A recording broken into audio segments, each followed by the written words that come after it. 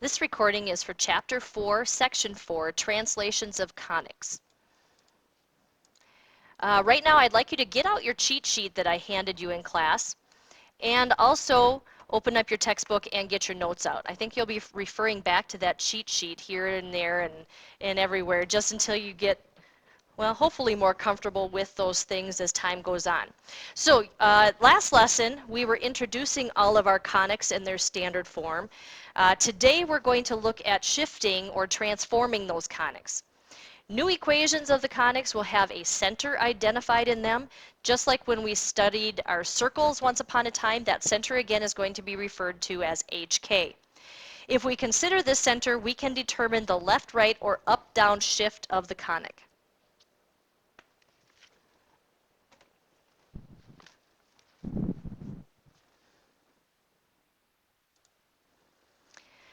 So like I was saying again, be looking for HK. That will represent the center of a figure.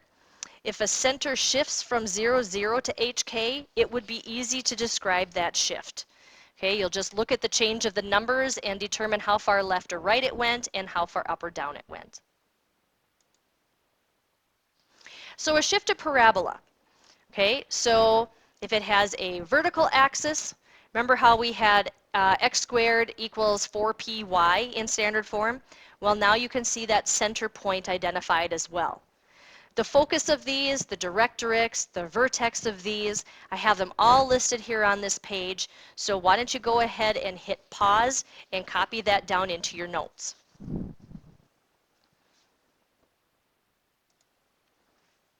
Ellipses, same kind of thing here. Again, you can see the H and the K.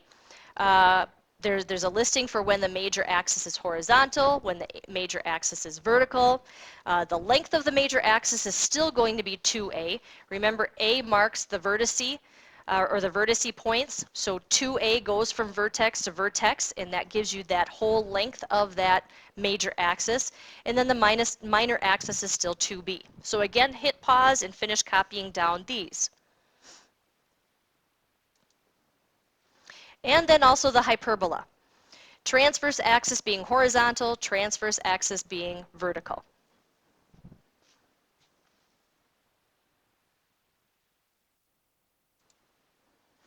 All right, so let's jump into some checkpoint problems now. Most of the lesson for today is going to be problems. Hopefully that will help you on the ones that I've assigned you towards the end. All right, so looking at this first one. X plus 1 squared plus y minus 1 squared is equal to 2 squared. Now looking at this one, this is actually not one that we were looking at. It's not an ellipse, a parabola, or a hyperbola. This one they actually bring us back into reviewing the circle. Okay, remember the circle basic format was x minus h squared. Sorry, I gotta align my pens. They're really bad.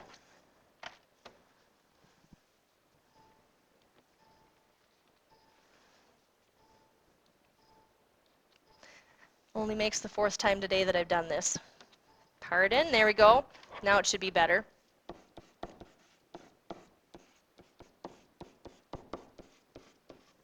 Remember this from a couple chapters ago? So when we're looking at this one, we should be able to find our center. Okay, so the center HK would be -1, 1.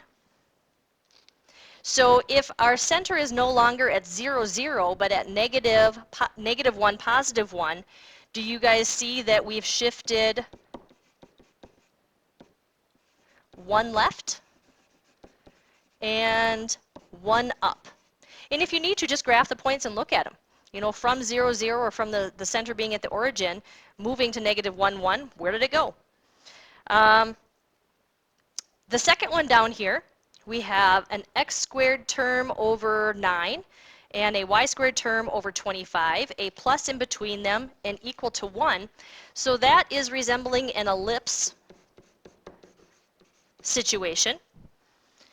Okay, since the number underneath the x squared part is smaller, this must be b, not a. And if b is underneath the x squared term, That means the major axis is vertical.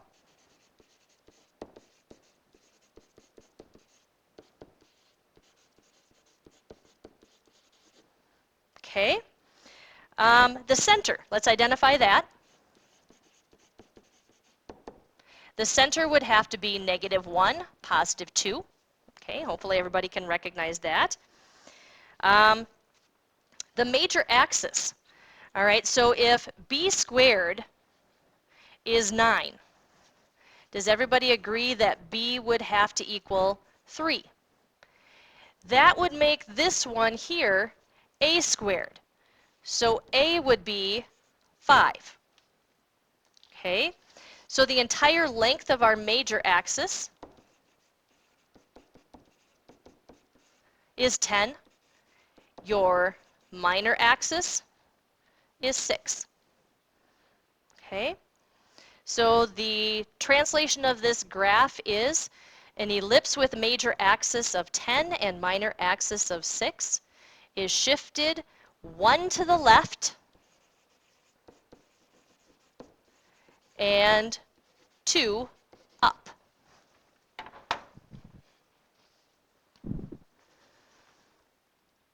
Couple more yet under this checkpoint number 1. C and D from the book. Looking at that equation that they give us from C, we have x minus 3 squared over 4 minus y minus 1 squared over 1. So this time we're looking at a hyperbola. Okay, so it fits the format of a hyperbola. Looking at that one with the x squared in the front, okay, x squared in the front tells us that the transverse axis is going to be horizontal.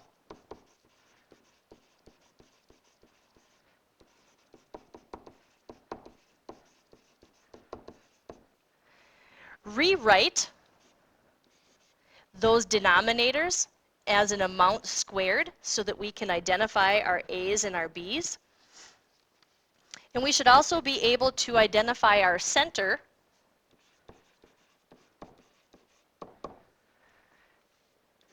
as looks like 3 and 1 this time. Okay. So generally this hyperbola is going to have a transverse axis that's horizontal. Okay, so the transverse axis is going to be horizontal with a center at 3, 1.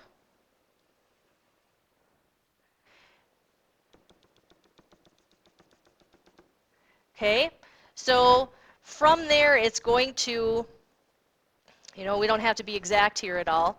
It's going to do this and this, but knowing that our center is here, we have that shift of 3 to the right and 1 up going on.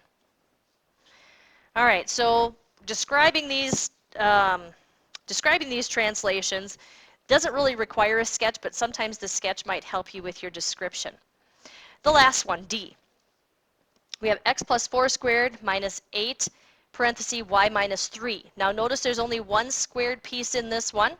So with the x squared term, or the x plus 4 squared term, we are looking at a parabola.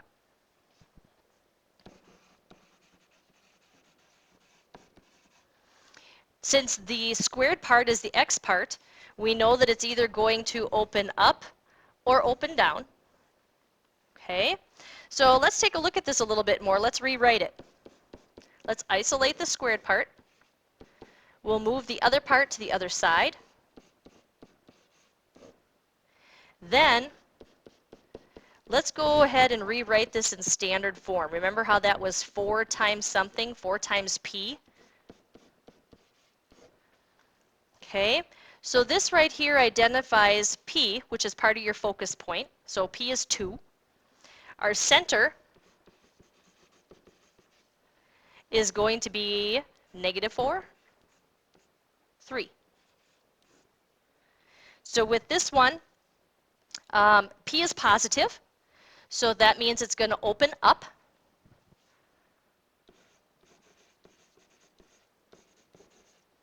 And the shift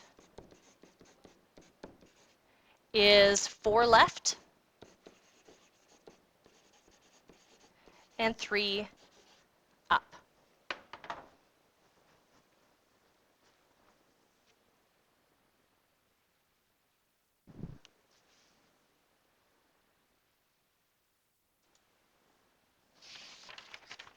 All right, checkpoint number 2, find the vertex, the focus, and the directrix of the parabola listed here, then sketch it. All right, now there's a lot of steps to these, so make sure that you're following along, pausing when you need to, and getting all of this down. Now, first thing, with these lists of terms here, what we're going to have to do to find our center, we're going to have to complete the square in a sense. All right, so being this is going to be a parabola, let's get our y squared stuff and our 6y alone on one side and put the x stuff and the constant on the other side. Okay, now I know I want to end up with, you know, a y minus 2 squared or a plain y squared. The plain y squared is not going to happen. So we're looking at figuring out how to complete the square so I can have one of those, you know, my y minus 1 squared or y minus 2 squared terms. So completing the square, remember, take half of negative 6, square it, and tack it on. Well, half of negative 6 is negative 3. If I square that, I get positive 9. Now, I just added 9 to the left-hand side of my equation. In order to keep my equation balanced, I have to add 9 to the other side of the equation as well. Okay, so let's simplify. First of all, I can factor this now. And over here I have negative 4x minus 8. Now with a parabola, remember, the right-hand side is supposed to be 4px. So let's mess around with that and see if we can't get that to be in that format. So if I pull my 4 away, I'm going to have negative x minus 2. I also need p, so there's no number I can take out other than a negative 1, which would leave me an x plus 2. Okay? So whether you pull the negative 4 out in the beginning and then change that into a 4 times a negative 1 so that you have 4 times p, or if you did it one thing at a time like I just did, it doesn't matter. We should get to the same spot anyway. So my center. Okay, the center again is hk. H is paired with x, so the h term would be negative 2. K is with the y, so k is 3. So my center is negative 2, 3.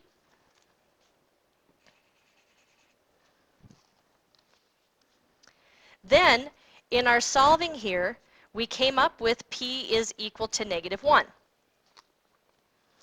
Now with these translations, go back and find how to come up with your focus point. If you look back,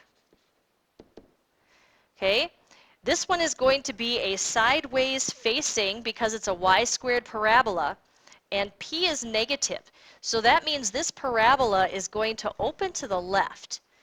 All right, so taking that into consideration, our focus point, if you look back again, is found with h plus p, k. Okay, so we just said h was negative 2, p is negative 1, and k. Whoops, k was 3. We can add that in. So we end up with negative 3, 3. All right, so negative 3, 3 puts our focus right here, which means then that our directrix line, you know, if the focus is 1 to the left, the directrix has to be 1 to the right of our vertex. So what line is that? That would be the line x equals negative 1. And our parabola is going to do this.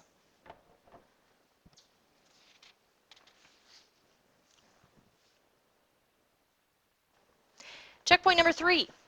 Find the standard form of the equation of the parabola whose vertex is negative 1, 1, and whose directrix is y equals 0. All right, so here's another way to work with one of these.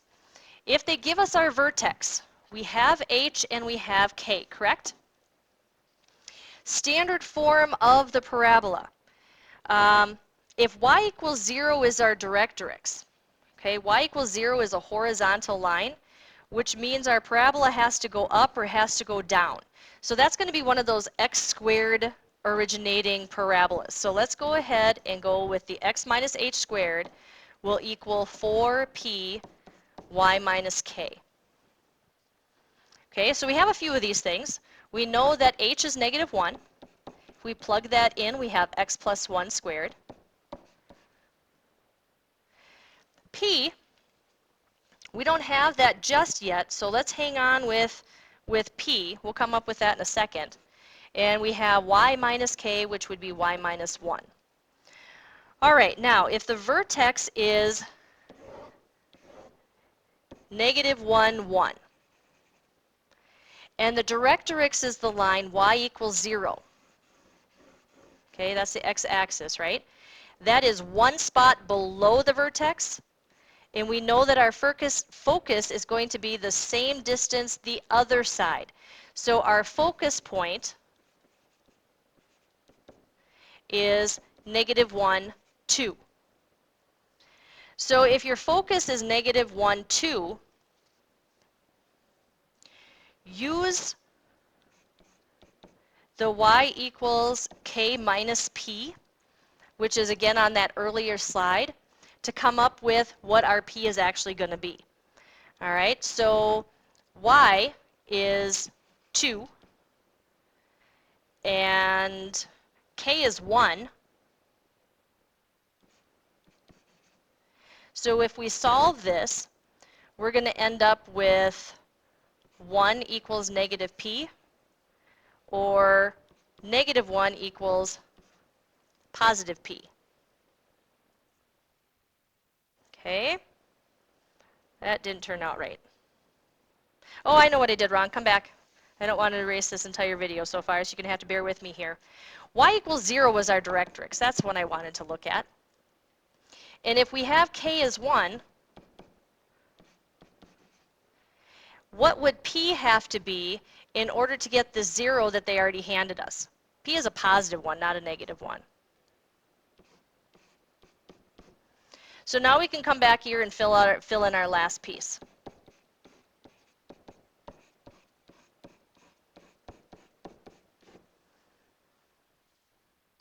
Okay, I forgot that they had handed us the directrix. You can use that to help yourself find that p.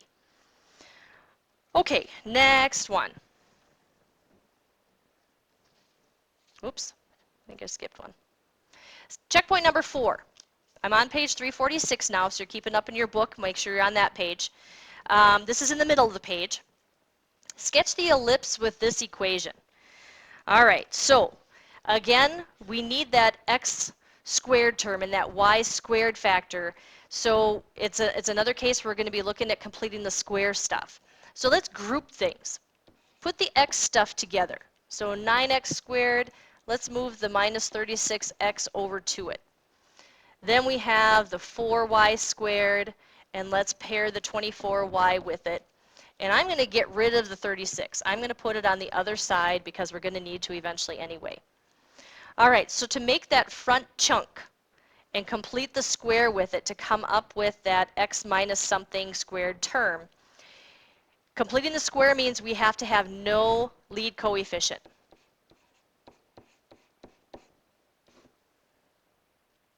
Now that we strip the 9 away, take half of negative 4, square it. Half of negative 4 is negative 2. You square it, you have positive 4. I'm going to put a positive 4 inside that parenthesis. Now, is that the actual value of the number that we just plugged in? Hopefully you remember this guy out here. That's not truly just 4 that we put in. We just put on 36 to the left-hand side. So I'm going to put on 36 over here. Let's do the same thing to our y part. Get rid of the 4. Can't have that lead coefficient. Now, half of 6 is 3. Square it is 9. Now again, is that truly 9? No, because of the 4 out front, that's another 36. So we are tacking on another 36 to both sides. So let's simplify. I can factor here now. So leave your 9 alone. That x squared minus 4x plus 4 factors into x minus 2 squared. The y squared plus 6y plus 9 factors into y plus 3 squared.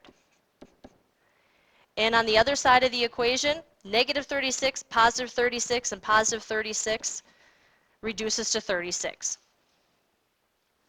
Now, this one is looking like it's probably going to turn out being an ellipse.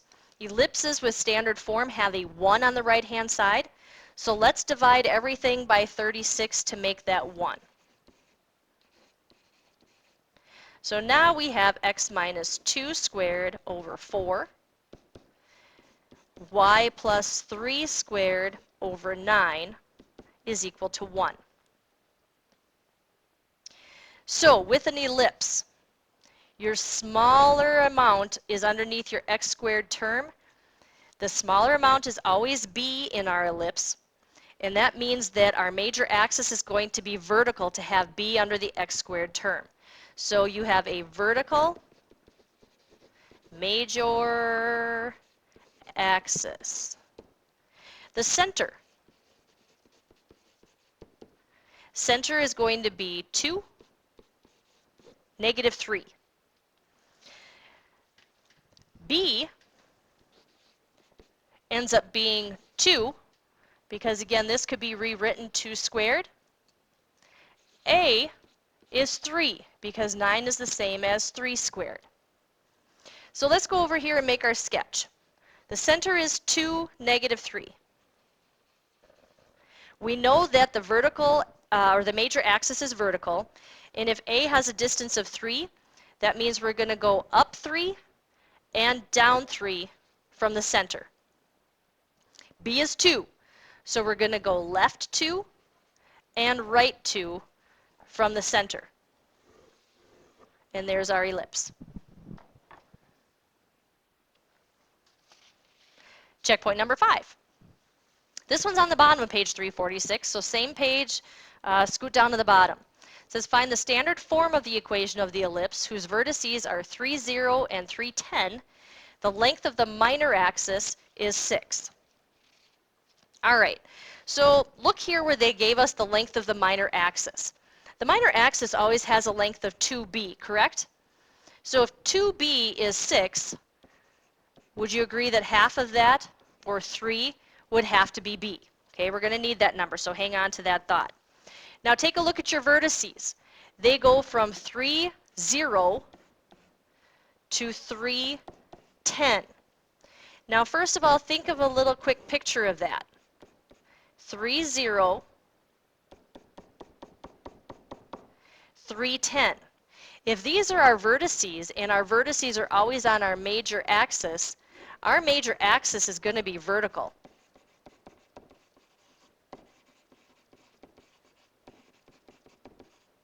Plus, if it's going from 3, 0 to 3, 10, the entire distance of it is 10, which means that A is 5. Okay? The whole thing is 2A, half of it then would be A. All right, so if we know we have a vertical axis, copy this down from the other page.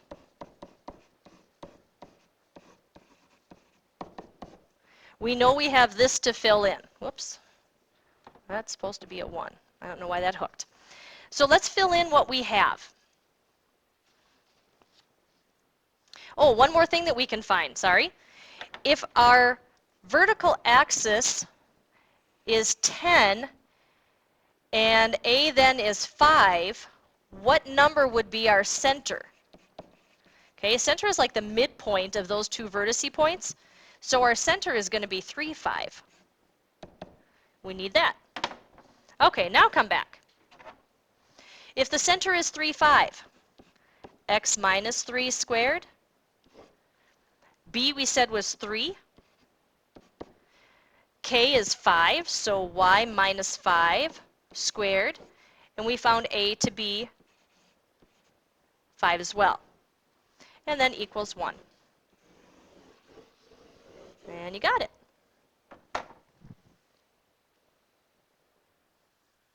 Checkpoint number 6. We're getting there. A couple more left. Sketch the hyperbola. All right. Again, those hyperbolas are going to have those x squared and y squared pieces that have our center in them. Group up your x things together. We're going to be completing the square some more. We have to create that x minus h factor. Same thing with the y's. And let's just go ahead and move the 9 to the right-hand side. All right, again, no lead coefficient. Get the 9 off of there.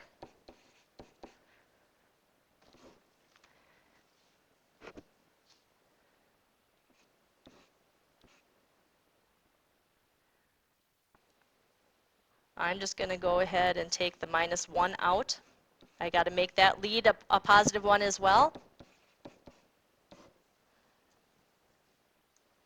Okay, so, whoops, put our 9 back there. Up to the front one, let's complete the square on the x part first. Half of negative 2 is negative 1. Square negative 1 and you get plus 1. Notice again that doesn't actually have a value of 1 to it. With the 9 out front, that's actually a value of 9 times 1, or 9. So if I tack 9 onto the left, I now have to balance that with putting 9 onto the right. The middle one with the y's, half of 6 is 3, square it, I get 9.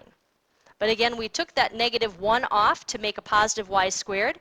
So I don't have a value of 9, I actually have a value of negative 9 on the left-hand side. So I have to balance that with negative 9 on the right. All right, let's simplify. 9 times, this factors into an x minus 1 squared.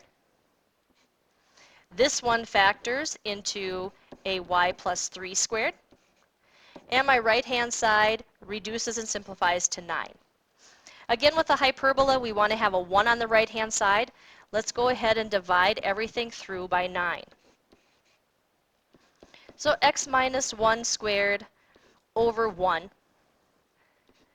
And y plus 3 squared over 9 equals 1. All right, my center.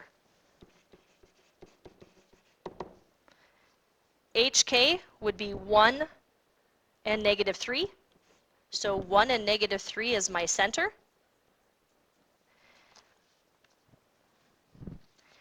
I have a 1 here in a hyperbola with the x squared out front and the y squared. I know that this is going to be having that transverse axis that's horizontal. It's going to be one of these shaped deals. But up front here, that's always a squared. So that can be rewritten as 1 squared, which would make a equal to 1. B is always in this position on a hyperbola. So that's b squared underneath there. Whoops. Which 9 could be rewritten as 3 squared. So b is equal to 3. All right, so coming over here to do our sketching. A center of 1, negative 3. Okay. Now, vertices. If I know that a is equal to 1 and my transverse axis is horizontal, that means my vertices are going to be 1 to the left and 1 to the right of my center. We'll make them a different color. It said that b was equal to 3. All right, so the conjugate axis then, that tells us that it's 3 above and 3 below. Now remember, you can do your asymptotes by making a rectangle that captures those 4 points and drawing in the diagonals. That was the faster way than coming up with those asymptote lines. So we can finish our curve here by not crossing those asymptote lines that we drew and working our vertex and curve along them. And there we go. Last one. Find the standard form of the equation of the hyperbola whose vertices are 3, negative 1 and 5, negative 1, and whose foci are 1, negative 1 and 7, negative 1. All right, so let's take a look at these vertices real quick. we have 3, -1, and 5, -1. Well, if those are the vertices, doesn't the center have to be right in between them? So the center is 4, -1. Okay? That gives us our H and our K. Now, the foci are 1 and -1. So those, we have, well, hang on to them. Okay? If they're 1 and -1, that means that we've got to use something here. I got to think back to my notes.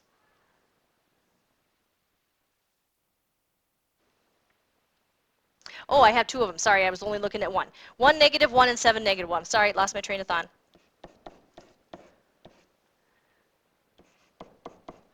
Okay, so the foci give us C.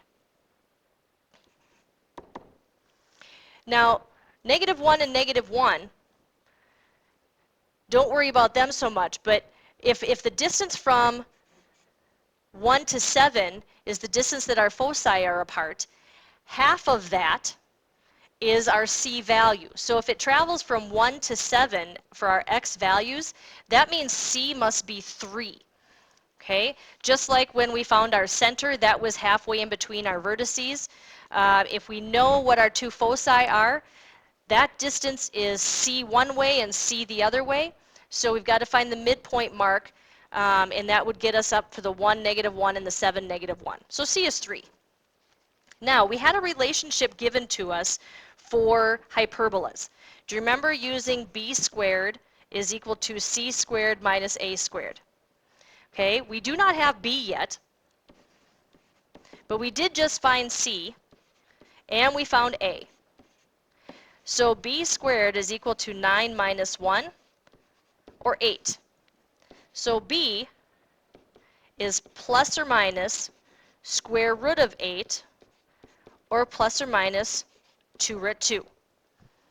Okay, so standard form of a hyperbola, and I think we agree that our transverse is going to be horizontal.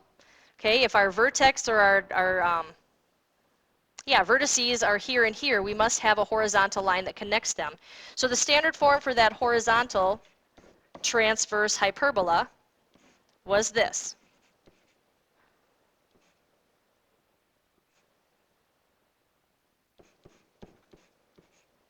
Actually, I think that's a minus.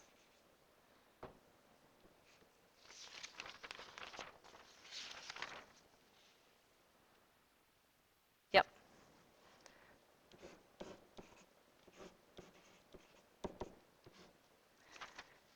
Okay, so plug in what we have. H is 4. A was 1? 1. K is -1.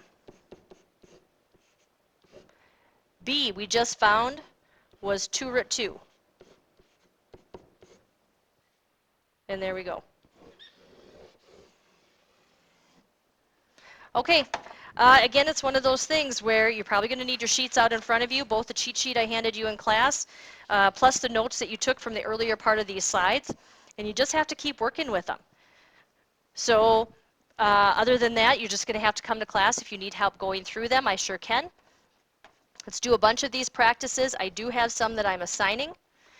No sketches. Don't worry about sketching, but you may want to use a little bit of a sketch just to help you figure out if you have vertical or horizontal axes or transverse axes and stuff like that, but I'm not going to grade the sketches. I'm more concerned with being able to come up with those equations and working with them or finding your centers and things like that.